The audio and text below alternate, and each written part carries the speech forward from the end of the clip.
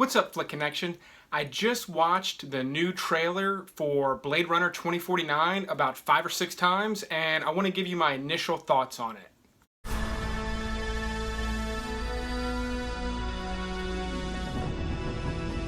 So this is the third trailer for this movie, and I just keep getting more and more excited about it for a couple of reasons. One, I'm a big fan of the original, so anything that they were going to put out regarding Blade Runner, I was going to be excited about. I was going to pay money to go see it, even if I didn't think it was going to be particularly that good. But with Blade Runner 2049, it's got an amazing director, one of the better directors, or better new directors working today. He did Arrival, Sicario, Prisoners. I've liked everything he's put out, even his sort of weirder movie, Enemy, with Jake Gyllenhaal. If you haven't seen that and you like the other movies he's done, I recommend it, even though it is really odd, and it's not for everybody. But if you're a fan and you're super excited about Blade Runner, check that one out. It'll be interesting to see his work sort of in a smaller scale, see some of the weird stuff he can do. So that aside, I love the director. Ryan Gosling, I've been a big fan of his for a long time. I like almost everything he's done. He's had a couple of flops, but it's not even really that he's bad or inconsistent. So I was excited to hear that he was in it. He looks good in it. It looks rough. In this particular one, we get a little bit more story, which I am excited about, but I really don't want to see any more. Now, I'm super hungry for this movie, and these trailers is really the only way to whet my appetite. So I'm going to watch them. I'm not going to be able to help myself. A lot of times I'll refrain from watching trailers because I don't want anything to get spoiled. Hopefully they don't give too much more away regarding the story. Right now, everything's very cryptic. We could theorize about some things. We could come up with some ideas. I have some ideas of my own, but they're not telling you outright, and to me, that's a very good sign. I've noticed in the past several years that the more a trailer tells you about the story, the worse the movie is. They'll tell you everything. They'll set the entire story up. They'll even sometimes blow a twist. So those movies are just garbage, and they have to try to tell you everything that's possibly interesting about the movie to sell it. With this movie and with a lot of really good films, they give you just enough. And this one visually looks so amazing. People are going to see it. Fans of this movie would have seen it with just the title to come up and that score, just that electronic sound. That would have been enough to get people to go see this movie. But hopefully, like I said, they don't give away too much more.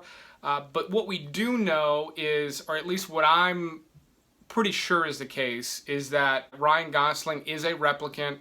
Much like Deckard, he's hunting down, or at least investigating, trying to keep things under wraps, trying to keep things in control. Robin Wright's character looks like she has some form of control over him.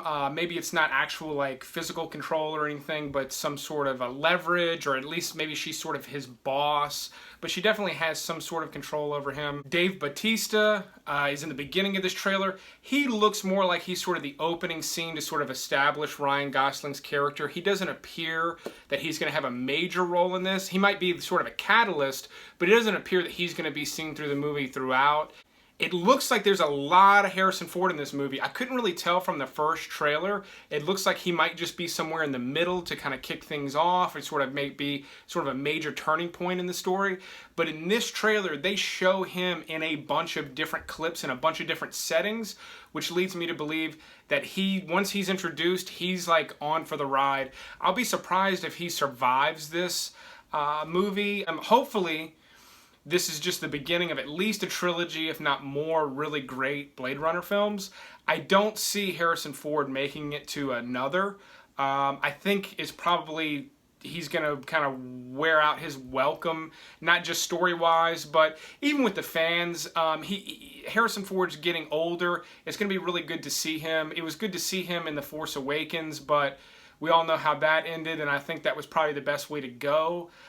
So I think there may be something similar here. It may not be in the same way, but I think we may not be seeing more of Harrison Ford, and I think that's probably a good thing. It's amazing to me that something like this hasn't been done sooner. Blade Runner's such a fan favorite. Everybody loves it. It was polarizing at the time, and in fact it kind of flopped when it came out, so I definitely understand why they didn't do a sequel initially, but it's been a long time and I think they should have done something by now.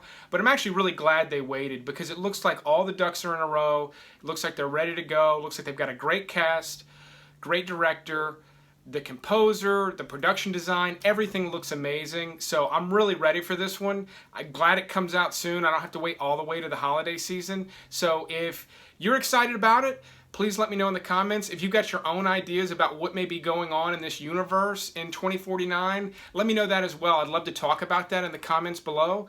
But if you like this quick review, this is just a quick one. I wanted to go ahead and get this out to you. If you like this, please click the like button and subscribe.